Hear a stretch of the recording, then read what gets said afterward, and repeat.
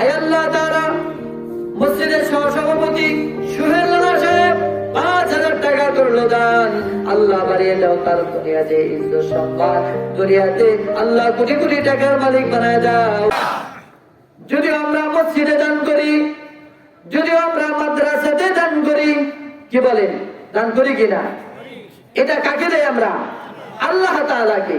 সর্বপ্রথম আল্লাহর হাতে যা, এরপরে আল্লাহর হাত থেকে কি করে বান্দার হাতে যা, ওই প্রতিষ্ঠানে যা। চিল্লা বলুন আল্লাহু আকবার। আরো জোরে বলুন আল্লাহু আকবার। সিদ্দিক আকবর রাদিয়াল্লাহু তাআলা আনহু যখন বললেন যে ব্যক্তি আল্লাহকে ঋণ দেয়, আল্লাহকে কর্জ দেয়, আল্লাহ তাআলা ওই বান্দার জন্য বহু গুণে সওয়াব বাড়ায় দেয়। জোরে বলুন সুবহানাল্লাহ। যখন এই আয়াত তিলাওয়াত করলেন আল্লাহর নবী সাহাবী আবু বকর, একজন ইহুদি হযরত আবু বকরকে বলেন, এ আবু বকর, তোমার আল্লাহ গরীব হয়ে গেছে। জোরে বলুন নাউজুবিল্লাহ। তোমার আল্লাহর খাজানা মালের কমতি হয়েছে, আল্লাহর ধনভাণ্ডারে ভাটা পড়েছে, এজন্য আল্লাহ তাআলা তোমাদের কাছে দান চাইতেছে। বলুন তো আল্লাহর খাজানায় কোনো জিনিস কমে নাকি? কমে নাকি? আল্লাহর খাজানা থেকে যদি পৃথিবীর সব মানুষকে তার চাহিদা মোতাবেক আল্লাহ তাআলা দিয়ে দেয়, তার খাজানায় বিন্দু মাত্র কি হবে না? কমবে না। আল্লাহ তাআলার ওই বান্দা ইহুদি বারবার বলতেছে, আবু বকর, তোমার আল্লাহ গরীব, তোমার আল্লাহর খাজানায় মাল কম হয়ে গেছে, এজন্য মানুষের কাছ থেকে দান চাইতেছে। আল্লাহর পয়গম্বরের সাহাবী আবু বকর তিনাকার ধৈর্য ধারণ করতে পারলেন না, কারণ সাহাবী আবু বকর যদিও নরম সাহাবী, কি বলে ঠিক না ঠিক, কিন্তু আল্লাহর ব্যাপারে কথা বলবেন, আল্লাহকে গালি দিবেন, এটা বরদাস্ত করা যায় না। আল্লাহর নবীকে গালি দিবে, এটা বরদাস্ত করা যায় না। দিন নিয়ে কটূক্তি করবে, এটা বরদাস্ত করা যায় না। কি বলেন ঠিক না ঠিক? কারণ মুসলমানের কাছে আল্লাহর মর্যাদা সবচেয়ে বেশি হয়ে যায়, পয়গম্বরের মর্যাদা বেশি হয়ে যায়। এজন্য মুসলমান নরম মেজাজের মানুষ, কিন্তু যদি আল্লাহকে কেউ গালি দেয়, যদি পয়গম্বরকে কেউ গালি দেয়, যদি কোরআনকে অবমাননা করে, বলুন তো মুসলমান নরম না গরম? আরো জোরে বলুন নরম না গরম? তখন মুসলমান বাঁচবে কিনা মরবে এটা তার চিন্তা নাই। কি বলেন ঠিক না বেঠিক? এজন্য যদি কেউ আল্লাহ এবং রাসূলের কটূক্তি কেউ যদি করে, তাহলে বাংলার তাওহীদি জনতা একজন কেউ ছাড় দিবে না। চিল্লায় বলুন কথা ঠিক না বেঠিক? আরো জোরে বলুন কথা ঠিক না বেঠিক? কারণ মুসলমান এমন সিংহের গর্জন ধরে, যে মুসলমানের নারায়ে তাকবীরের আওয়াজে যখন গৌর গোবিন্দ যখন আল্লাহর বিরুদ্ধে স্লোগান দিয়েছিল, আল্লাহর রাসূলের বিরুদ্ধে যখন স্লোগান দিয়েছিল, শাহজালাল ইমানি রহমাতুল্লাহি আলাইহি যখন তাওহীদের আওয়াজকে উঁচু করেছিল, গৌর গোবিন্দ রাজপ্রাসাদ ভেঙে খান খান হয়ে গিয়েছিল। চিল্লায় বলুন কথা ঠিক না বেঠিক? আমরা সেই আবু বকরের আদর্শ একজন মুসলিম ভাই, আমাদের এক বিন্দু রক্ত থাকা অবস্থায় আল্লাহর জমিনে আল্লাহর দ্বীন বাস্তবায়নের মধ্যে যারা বাধা প্রদান করবে, তাদেরকে আমরা কখনো ছেড়ে দিব না। চিল্লায় বলুন কথা ঠিক না বেঠিক? কি বলে, যদি এরকম আসে যে আল্লাহর জমিনে আল্লাহর দ্বীন কায়েম হবে, জমিন কার বলুন তো? আরো জোরে বলুন, জমিন কার? আসমান কার? আমি কার? আপনি কার? হায়াত কার? মওত কার?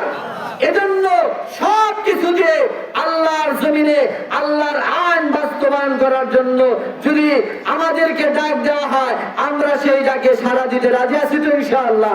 কারা কারা রাজি আছি? নারায়ে তাকবীর, নারায়ে তাকবীর। আল্লাহ কবুল করে নেন, সকলে বলুন আমিন। আমার ভাইরা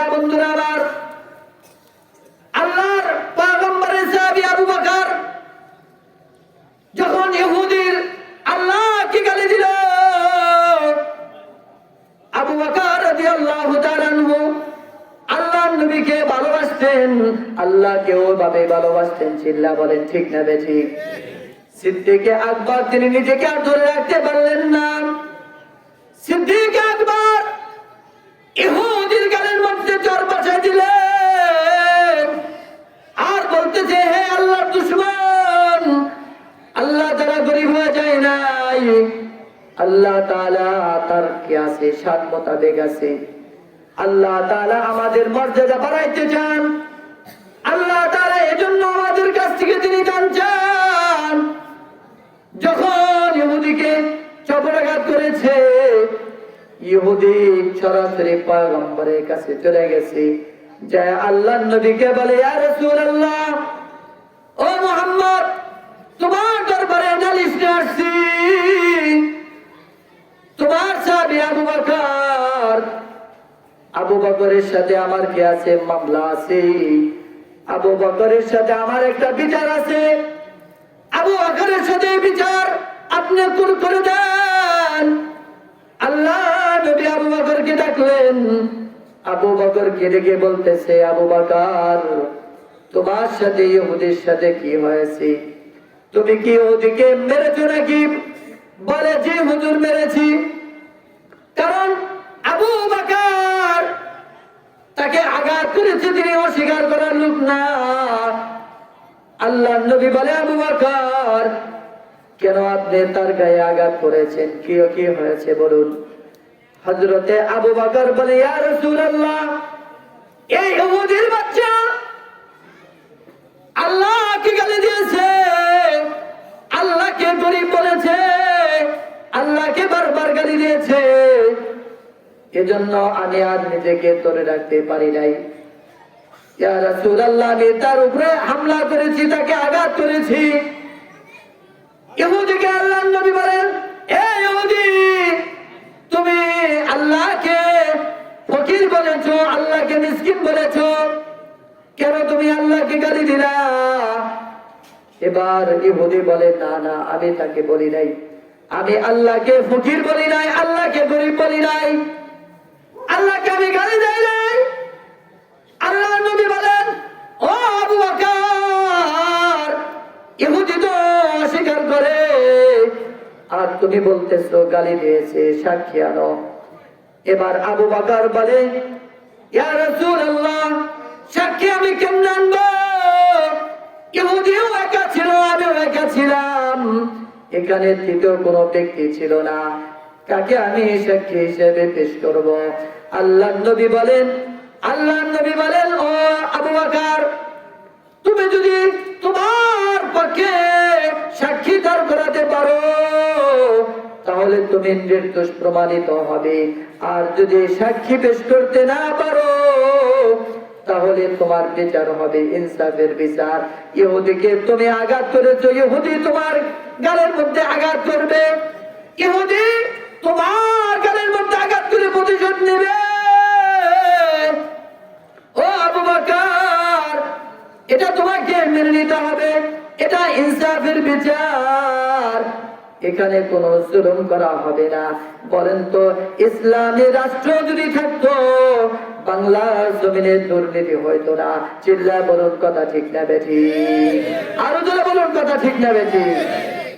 যদি ইসলামী রাষ্ট্র থাকতো, রাষ্ট্রের মধ্যে কোন ডিপার্টমেন্টে ঘুষ চলতো না, দুর্নীতি হতো না, ইনসাফের সাথে রাষ্ট্র পরিচালনা হইতো। কথা বলুন ঠিক না বেঠিক? আজকে যে ক্ষেত্রে যাবে ওখানে দুর্নীতি আছে না নাই? কি বলেন, আছে না নাই? একটা ডিপার্টমেন্ট ছাড়াও কি হবে না, হ্যাঁ, খুঁজে পাওয়া যাবে না যে ডিপার্টমেন্টে কি নাই, দুর্নীতি নাই, যেখানে ঘুষ নাই, যেখানে কিনা ইসলাম বিরোধী কাজ হয় না। ঠিক না বেঠিক? কি বলেন ঠিক না বেঠিক? কেন? আমাদের মধ্যে ইসলাম না থাকার কারণে, ইসলামের শাসন না থাকার কারণে, আল্লাহর ভয় না থাকার কারণে এই সমস্ত সমস্যার সম্মুখীন হয়। কথা বলুন ঠিক না বেঠিক? কি বলেন ঠিক না বেঠিক? একজন কৃষক সে দুধ বিক্রি করতে যায়, ওখানেও দুর্নীতি হয় কি হয় না? কি বলেন, হয় কি হয় না?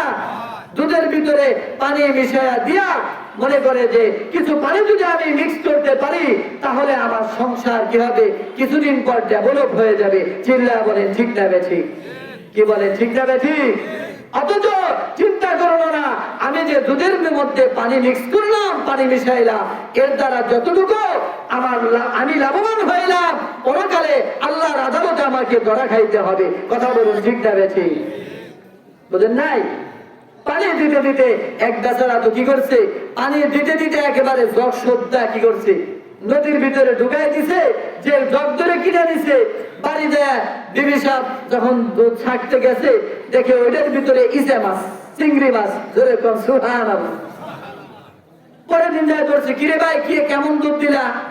দুধের ভিতরে দেখে চিংড়ি মাছ পাওয়া গেল।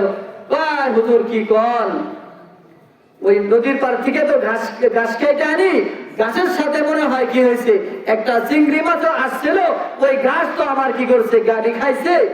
ওই বেটা গাড়ি খাইছে, এজন্য কি বান দিয়ে কি চিংড়ি মাছ বের হবে নাকি? কি বলেন? অজু হাত দেওয়ার আর কি পায় না, জায়গা পায় না। এরকম আছে না নাই? মানে ঘটনা হয়েছে, উনি যখন কি করতেছে, নদী পার হয়ে যখন বাজারে যাবে, চিন্তা করছে বারবার আর কি করবো, গেউরে দিয়ে পানি দিব, আমি একবারে কি করি, জগটা বুড়াই দিই। ওই জগ বুড়ানোর সময় কি করছে, চিংড়ি মাছ জগের ভিতরে গেছে। কি বলেন ঠিক না বেঠিক? আমার ভাইয়েরা, বন্ধুরা আমার, এজন্য ইসলামী রাষ্ট্র দরকার আছে না নাই? আল্লাহ কবুল করে নেন, সকলে বলুন আমিন। আমার ভাইয়েরা, আল্লাহ নবী বলেন, আবু বকর সাক্ষী পেশ করুন।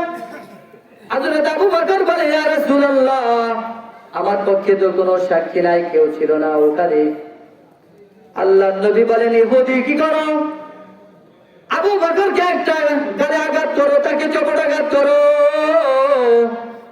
যখন ইহুদি আঘাত করার জন্য প্রস্তুতি নিতেছে, হযরতে আবু বকরের মুখের মধ্যে তিনি কি করবেন, চপটাঘাত করবেন। ইহুদি যখন প্রস্তুতি নিচ্ছে, এবার অন্যান্য সাহাবীরা কান্না করে, কারণ আবু বকর তো মিথ্যা কথা বলতে পারে না।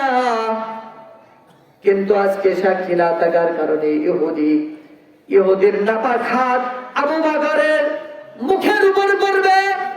ইহুদি সারা জীবন মুসলমানদেরকে গালি দিবে আর বলবে যে এই হাত আমি আবু বকরকে দিয়ে, আবু বকরের উপরে আমি এটা ব্যবহার করেছি, জন্য গালি দিবে।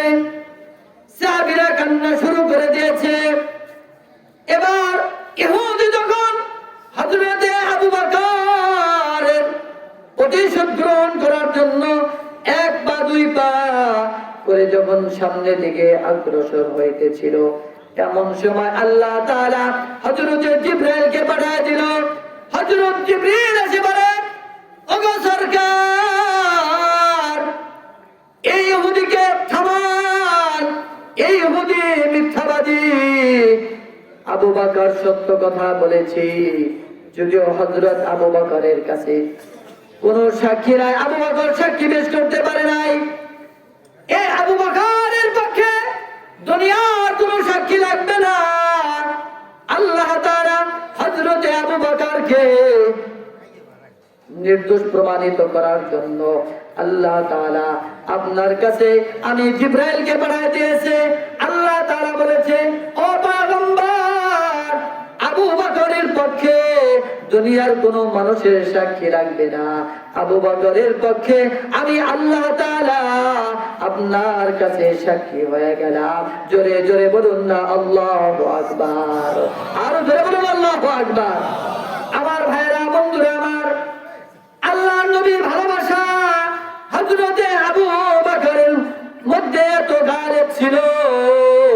যদি ওই পয়গম্বরের ভালোবাসা আমরা নিয়ে যদি কবরে যাইতে পারি, আল্লাহ তাআলা আমাদের কবরকে জান্নাত বানায় দিবে। আমরা যখন ময়দানে মাশরে হাজির হব, আল্লাহর পয়গম্বর আমাদেরকে শাফাআত করে জান্নাতে ঢুকায় দিবে। জোরে বলুন সুবহানাল্লাহ। আমার ভাইয়েরা, আমার বন্ধুরা আমার, কোন সময় যেন আমাদের বিদায়ের ঘন্টা বেজে যায়। কি বলেন ঠিক না ঠিক? মরণকার কোন সময় আসবে কেউ বলতে পারবে না। পারবো নাকি? যে কোনো সময় আপনার আমার মৃত্যু হয়ে যাইতে পারে, মৃত্যুর কোনো গ্যারান্টি নাই। আল্লাহ নবী আল্লাহ নবী ছোট মুহাম্মদ, 6 বছরের মুহাম্মদ ছোট ছোট বাচ্চাদের সামনে প্রতিদিন খেলা করে। আল্লাহ নবীকে কেউ কি করে না, আনতে যায় না। আল্লাহ নবী একদিন সন্ধ্যা হয়ে যায়, বাড়ি যায় না। মাঠের কোনায় বসিয়া আল্লাহ নবী কান্না করে, প্রতিদিন তো আমার সাথীদের বাবারা আসে, তাদেরকে কোলে নিয়ে নিয়ে কি করে, চুমু খেতে খেতে বাড়িতে নিয়ে যায়। একদিনও তো আমার আব্বা আসলো না, আমি বাড়িতে যাব না।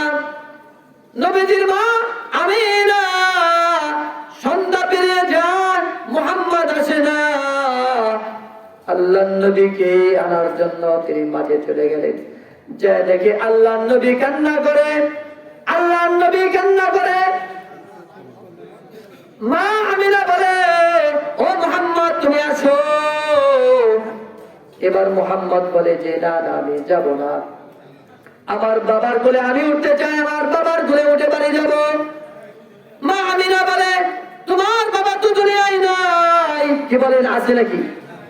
তোমার বাবা তো অন্ধকার কবরে চলে গেছে।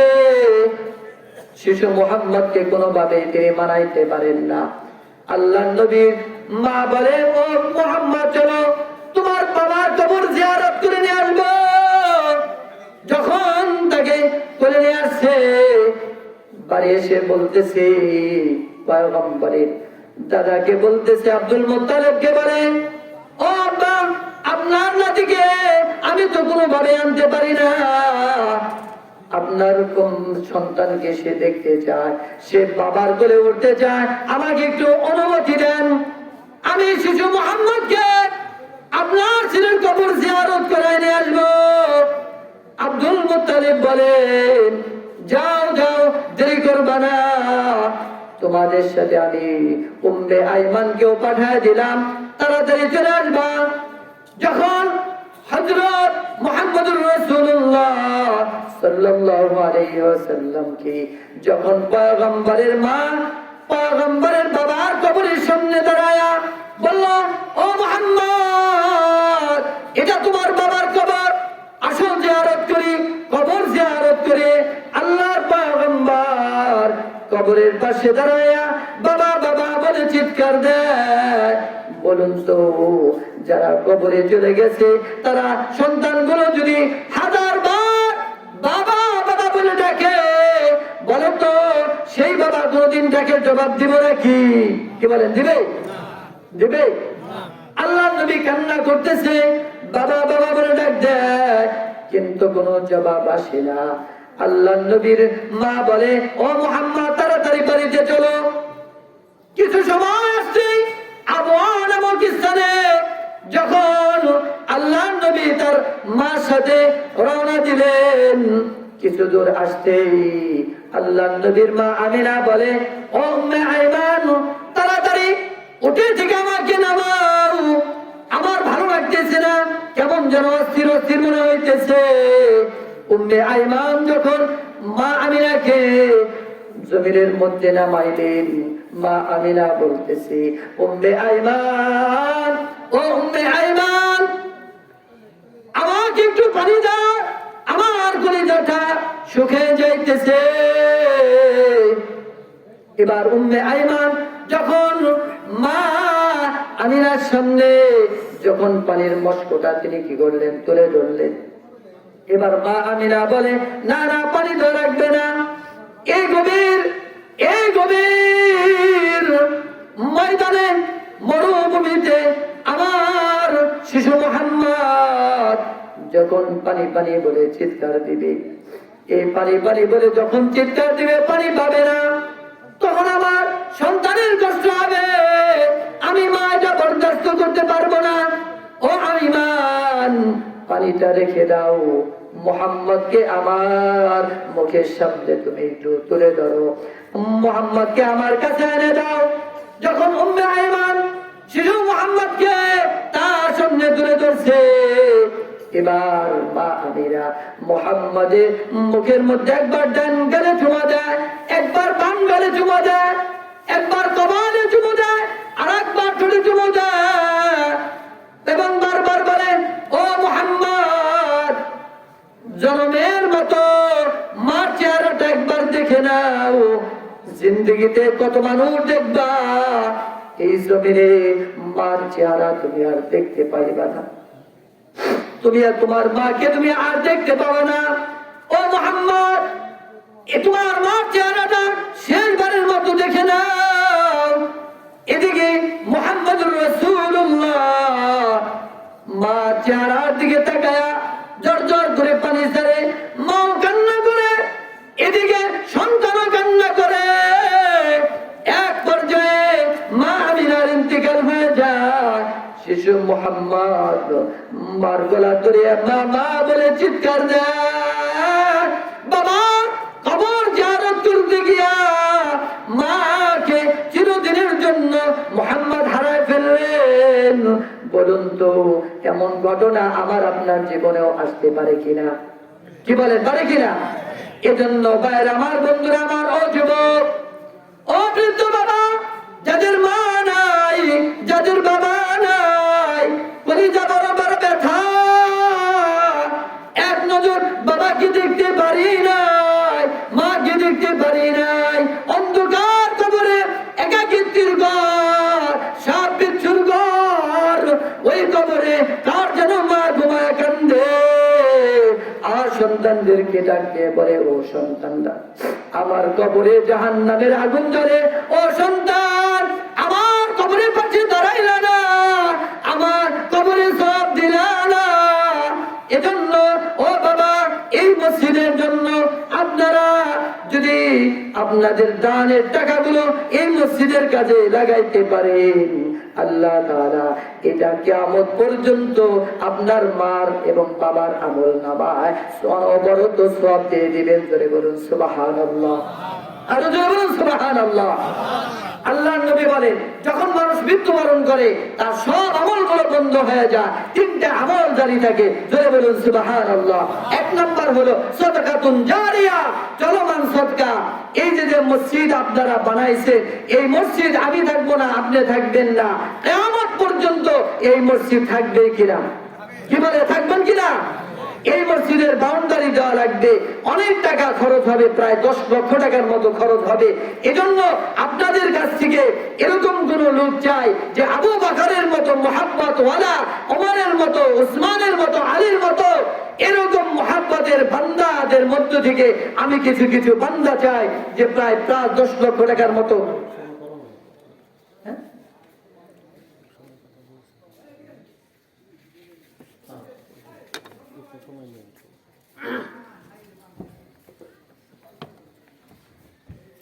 হযরতে আবু বকর রাদিয়াল্লাহু তাআলা আনহু দানের ক্ষেত্রে সব সময় এক নাম্বার ছিলেন। জোরে বলেন আল্লাহু আকবার। বলুন, অনেকের মা অনেকের বাবা কবরে আছে না নাই? কি বলেন, আছে না নাই? তারা কি অবস্থা আছে আমরা বলতে পারবো? কত টাকা কত পয়সা আমাদের কাছে তেনারা রাইখা খালি হাতে কবরে চলে গেছে, আছে না নাই? 3 টুকরা কাপড় পরে গেছে, যে কাপড়ের কোনো সেলাই নাই। কি বলেন, ঠিক না বেঠিক? কি বলেন, ঠিক না বেঠিক? যদি বেঁচে থাকতো কত টাকা খরচ হইতো। এজন্য যদি আপনারা এই মসজিদের ক্ষেত্রে, মসজিদের নির্মাণ কাজে, বাউন্ডারি কাজে যদি সহযোগিতা করেন, বিভিন্ন নিরাপত্তার ব্যাপার আছে। কি বলেন, ঠিক না বেঠিক? এজন্য হযরত আবু বকর যেমন দানের ক্ষেত্রে এক নাম্বার ছিলেন, আপনাদের কাছ থেকে এমন একজন লোক চাই যে আবু বকরের নাম বরাবর এই মসজিদের নির্মাণ উন্নয়ন প্রকল্পে আপনি আবু বকরের এক নাম্বার, আবু বকর যেরকম দানের ক্ষেত্রে ছিলেন, আবু বকরের নাম বরাবর একজন মানুষ চাই যে আমি এই মসজিদের নির্মাণ কাজে 2 লক্ষ টাকা দিয়ে দিব ইনশাআল্লাহ। আল্লাহ তাআলার কাছে দোয়া করব, আল্লাহ তাআলা আপনার জান মালের মধ্যে বরকত দান করবেন। 1 টাকা দান করলে আল্লাহ তাআলা কমপক্ষে 10 গুণ বাড়ায় দিবেন। চিল্লায়া বলুন সুবহানাল্লাহ, আরো জোরে বলুন সুবহানাল্লাহ। একজন লোকই পাবো না যে এই মসজিদের উন্নয়ন করতে 2 লক্ষ টাকা অথবা 1 লক্ষ টাকা একজন লোক দ্বারা বলে দোয়া করি আল্লাহ তাআলা ওই বান্দাকে যেন আবু বকরের সাথে জান্নাত নসিব করে দেয়। সকলে বলুন আমিন, আরো জোরে বলুন আমিন। আল্লাহ দিয়া জন বুঝে মন কাইরা নিতে কতক্ষণ, আল্লাহ দিছ জন আরো দিও কাইরা নিও না, নবীজিকে না দেখায়া মরণ দিও না। জোরে বলুন আমিন। আমার ভাইরা, এই মসজিদের উন্নয়ন কল্পে একজন লোক চেয়েছিলাম 1 লক্ষ অথবা 2 লক্ষ টাকা। আপনাদের এই এলাকার লোকজনের মন মানসিকতা অনেক ভালো। আল্লাহ তাআলার কাছে দোয়া করব, আল্লাহ তাআলা যেন এই 1 লক্ষ 2 লক্ষ টাকার উসিলায় আপনাকে হাজার হাজার কোটি কোটি টাকার মালিক বানায় দেন। জোরে বলুন ঠিক কিনা? এজন্য 1 নাম্বার একজন লোক আপনাদের কাছ থেকে চাই যে অতিথিদের মধ্যে যদি কেউ থাকে 1 লক্ষ টাকা দেওয়ার মতো, আল্লাহ তাআলার কাছে দোয়া করব, আল্লাহ আপনার ব্যবসা বাণিজ্যের মধ্যে বরকত দান করবে। আপনার দানের উসিলায় আপনার মা বাবার কবরকে আল্লাহ তাআলা জান্নাতের বাগান বানায় দিবে। চিল্লায় বলুন সুবহানাল্লাহ। একজন লোক 2 লক্ষ অথবা 1 লক্ষ টাকা, একজন লোক দ্বারা বলেন যে হুজুর আমার নামে 1 লক্ষ টাকা লিখে দেন, 1 বছর আপনাদেরকে সময় দেওয়া হবে, আপনারা কি করবেন? আস্তে আস্তে দিয়ে দিবেন ইনশাআল্লাহ। কার নামটা লেখাবো? শয়তান বলে 20 টা। এই শয়তান কিন্তু এখন কি পরামর্শ না দেওয়ার জন্য দিতেছে, কি বলেন ঠিক না? কেউ উঠবেন না, বসেন। টাকা না দিলেন বসেন, কেউ উঠবেন না। একজন বলেন 1 লক্ষ টাকা, কার নাম লেখাবো? আল্লাহ তাআলার কাছে দোয়া করি, আল্লাহ তাআলা আপনাকে কোটি কোটি টাকার মালিক বানায় দিবেন। একজন লোক অবশ্যই লাগবে। আল্লাহ তাআলার কাছে দোয়া করেন, আল্লাহ তাআলা যাতে যা জানি না কার যে 1 লক্ষ টাকা আরশ আজিমে কবুল হয়ে গেছে, কি বলেন ঠিক না? ঠিক। আল্লাহ আল্লাহ তুমি কবুল করে নাও। জোরে বলুন আমিন। আমিনো আমিনো আল্লাহ আমিনো, দানকারী হয় মাওলা জামিনো, দান করিলে দান কমে না, নেকের পাল্লা হয় ভারী, দান করিলে দান কমে না, নেকের পাল্লা হয় ভারী, আল্লাহর ঘরে দান করিলে জান্নাতে হয় ঘর বাড়ি। চিল্লা বলুন আমিন। একজন লোক বলেছিলাম 1 লক্ষ টাকা দেওয়ার মতো কেউ নাই।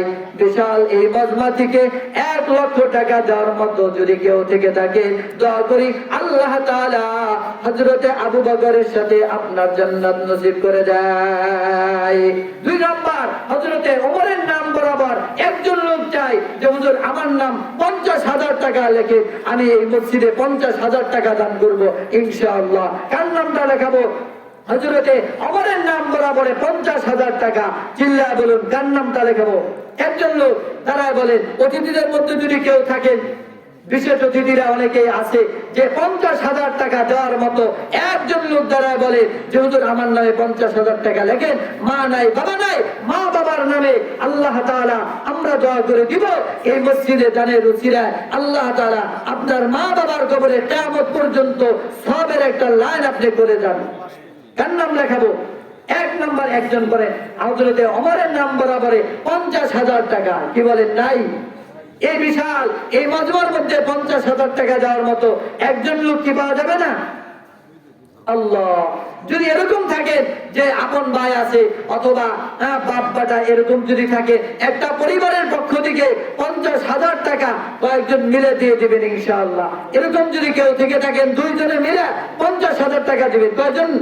2 জনে মিলে 25,000 টাকা। মার নামে বাবার নামে 25,000 টাকা, 50,000 টাকা। কার নামটা লেখাই দেবো ইনশাআল্লাহ? নামটা বলেন। একটা কি করেন? একজন লোক দাঁড়ায় বলেন যে হুজুর আমাদের পরিবারের পক্ষ থেকে আমরা 50,000 টাকা দিব, আল্লাহ তাআলা আপনাদেরকে কোটি কোটি টাকার মালিক বানায় দিবেন। জোরে বলুন আমিন। কেউ নাই অতিথিদের মধ্যে 50,000 টাকা দেওয়ার মতো? 3 নাম্বার, হযরতে ওসমানের নাম বরাবর অনেক মা বোনেরাও তো আসছেন। মা বোনরা যাদের স্বামী বিদেশ আছে অথবা বাবা বিদেশ আছে, ভাই বিদেশ আছে অথবা সন্তানরা বিদেশ আছে, আপনাদের সন্তানের নামে মা বাবার জন্য যারা কবর আছে তাদের নামে আপনি কি করেন? 50,000 টাকা লেখায়া আমাদের কাছে পাঠায় দেন। দোয়া করব আল্লাহ তাআলা সংসারে শান্তির ব্যবস্থা করে দিবে। জোরে বলুন আমিন। 50,000 টাকা নাই?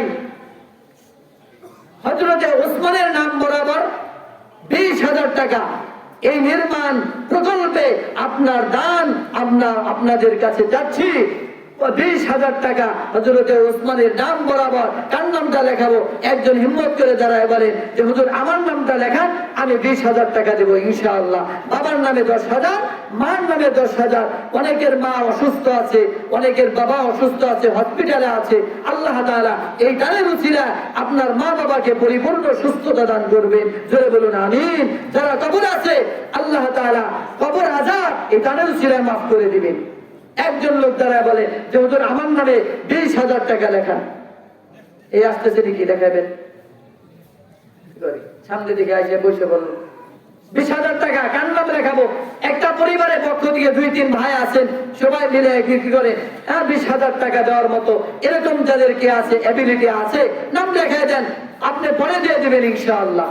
আল্লাহ তাআলার কাছে দোয়া করব, আল্লাহ তাআলা আপনার ব্যবসা বাণিজ্যের মধ্যে বরকত দান করবে, কোটি কোটি টাকার মালিক আল্লাহ তাআলা আপনাদেরকে বানায় দিবেন। জোরে বলুন আমিন। 20,000 টাকা কার নামটা লেখাবো বলে? একজন লোক এই প্যান্ডেল থেকে দাঁড়ায় বলেন যে হুজুর আমার নামে 20,000 টাকা লেখাই দেন। হযরতে আলীর নাম বরাবর 10,000 টাকা নির্মাণ প্রকল্পে 10,000 টাকা। কার নামটা লেখাবো? যে হযরত আলী নাম বরাবরে 10,000 টাকা আপনি নির্মাণ প্রকল্পে দান করবেন। একজন লোক দ্বারা বলে 10,000 টাকা দেওয়ার মতো। কি বলেন? আপনি প্রয়োজনে প্রতি মাসে 2,000 করে দিয়ে কি করবেন? পরিশোধ করে দিবেন। আপনাদেরকে সময় দেওয়া হবে ইনশাআল্লাহ। 10,000 টাকা কার নামে লেখাবো? একজন লোক দাঁড়ায় বলে যে হুজুর আমার নামে 10,000 টাকা লেখান। আব্দুল লতিফ বিশ্বাস 10,000